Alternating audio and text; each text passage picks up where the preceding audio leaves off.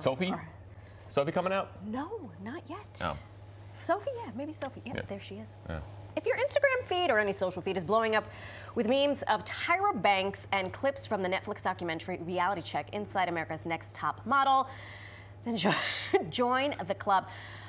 I have to tell you, that's what a lot of folks are talking about. It's 3 episodes, this documentary. It re-examines the controversial legacy of the hit reality show America's Next Top Model. I gotta say, I like a 3-episode doc. It's nice. It's snackable. You're in, you're out. Boom. Yep. It features interviews with former contestants, judges, and Tyra Banks herself discussing topics like body shaming, racism, on-set misconduct, and unethical production practice. Oh my God, it sounds like television. Well, there was a lot of body shaming. You're not thin enough. You're not thin enough.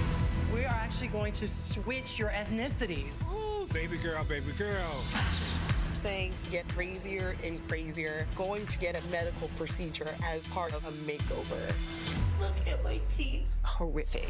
It's a TV show to you guys, but this is my life. I realized Tyra would do anything for the success of her show. I knew I went too far.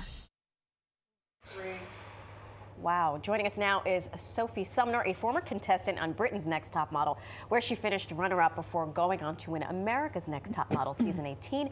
Welcome, Sophie. Hello, hello. Clearly, you have worked through what has been displayed. You seem okay. Yeah, you know what? I'm pretty much unscathed. Yeah. I've got everything here. I'm okay. I think I'm all right, everyone. Right.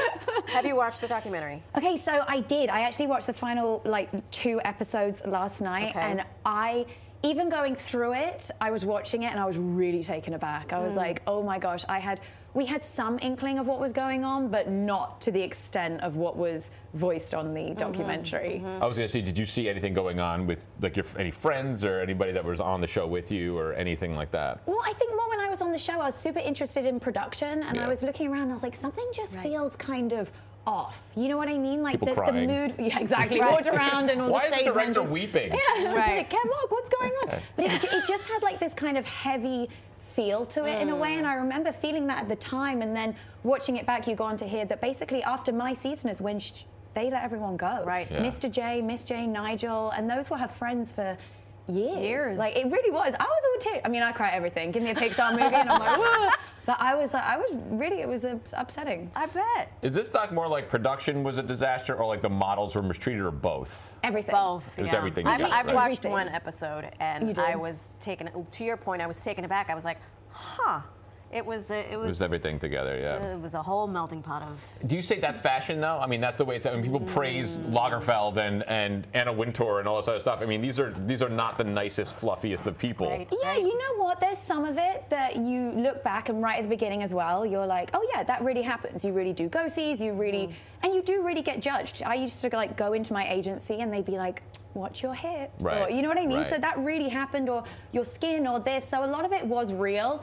But I mean, then we got, one of my photo shoots, I was dressed up as a toddler and I was on Kris Jenner's lap with Kylie and Kendall. Oh. You know what I mean? I was like, that feels like that's not really. Was it their Christmas card that year? Yeah, exactly. It was like the most bizarre thing. And then in Britain's Next Top Model, I did an underwater shoot and I was like, that will never happen. I came out, I started modeling, and I did an underwater shoot. No way. One of my first jobs, and I was like, you gotta be kidding me. Wow. That's crazy. Yeah. So what was your interaction with Tyra like? Right. That's it. Like I'm saying. That's it. That's right. Yes. Yeah. You know what? So on set, there was a very clear barrier, right? So like we didn't talk to production. We didn't really talk to the judges. It was like a very clear Britain's Next Top Model. We spoke to everyone. It was kind of like a little family going through something. But America's was like very kind of keep it separate. And if she came in, I remember on the final, this is like a bizarre thing to say, but she came over to me and live on, in the final, she was like, Sophie, your eyes are too far apart and your chin is too small and your forehead's too small. And I was like, thank you. Thank you so much. I'm so sorry. And so we didn't really have much interaction. And then upon leaving as well, I've seen her multiple times. I saw her in Singapore. We did Asia's Next Top Model. I saw her last year at the Daily Front Row Fashion Awards. And Yeah, I don't think we're friends. No. See, that's the thing that people are so surprised, but the disaster of these people is what makes such good TV. This is what makes it so. If they were boring and uneventful, we wouldn't watch their programs. Like we're surprised. Oh my gosh! Of course, this stuff happened. That's why we watch the show. We want to see what Tyra's going to do. Right. I mean, it's really a surprise that she was portrayed the way she is in the doc. Do you think she was portrayed fairly, Tyra? In the documentary? Yes. I think she was on a different documentary. I think there was the documentary that Mr. and Miss J were on, and then I think there was the Tyra documentary, which sounds like she wants to like relaunch her career. Because watching it and the evasion and the unaccountability was pretty bananas. And I give her full credit for starting that show. To get a TV show made is unbelievable. Right? And back then, with everything she went through, like, I give that credit, but if you watch the doc, you're like, is she like? Did someone brief her? Yeah. Right. Is this okay? Well, I got the feeling when you first watch it, and this is not a spoiler, she seems revolutionary. Like she was like, I wanted to do this show because models are not all this, or this. And shopping a show around, we know what that's like. Yeah. It is not easy. No. But then once she got in, it was like she forgot what she stood for. And I became so angry watching her. Yeah. Especially there's a moment where she speaks to another black model, and I was like, wow, sis, bus, here you go. Yeah. And so for me, that's when I was like, oh yeah, she's not gonna take any sort of responsibility for this. I felt like I thought that maybe she would want to really push this diversity of models and all this amazing stuff that she stood for originally for a longer time, but I think she clocked out of that pretty soon. I think after the first season was such a big hit, she was like, okay, turned into this kind of just juggernaut? I don't feel like that's a word. No, Juggernaut. Juggernaut. But it's success. I mean, success and attention, and it's a hit, and then you say like, okay, you have to feed the beast. How do I keep going? How do I keep on getting these ratings? What do we do?